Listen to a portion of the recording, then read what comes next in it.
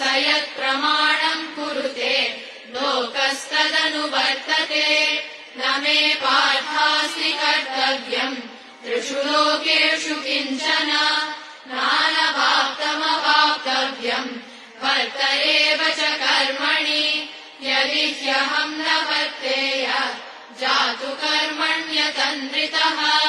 मम वर्त्मानुवर्तन्ते मनुष्याः पार्थ सर्वशः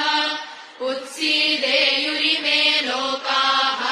न कुर्याम् कर्म चेदहम् शङ्करस्य च कर्ता स्याम् उपहन्यामि मा प्रजाः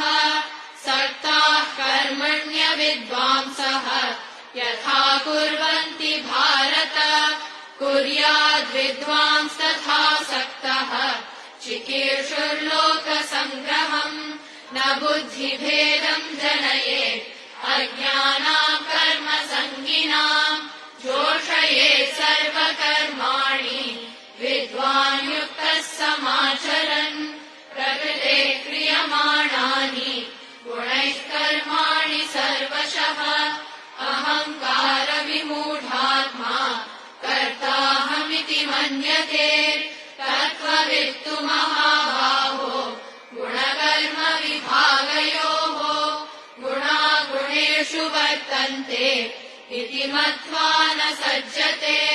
प्रकृतेर्गुणसम्मूढाः सज्जन्ते गुणकर्मसु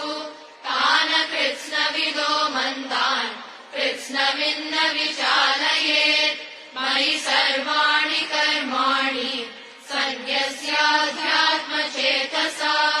निराशीर्निर्ममो भूत्वा युध्यस्व विगतज्वरः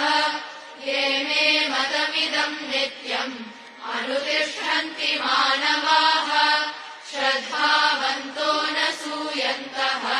मुच्यन्ते तेऽपि कर्मभिः ये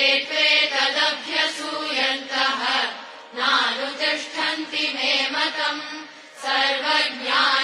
सर्वज्ञानविमूढांस्तान् विद्धि नष्टान चेतसः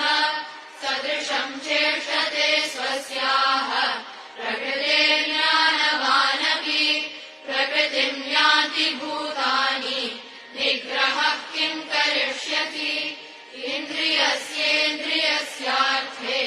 रागद्वेषौ व्यवस्थितौ तयोर्न वशमागच्छेत् तौ ह्यस्य परिपन्थिनौ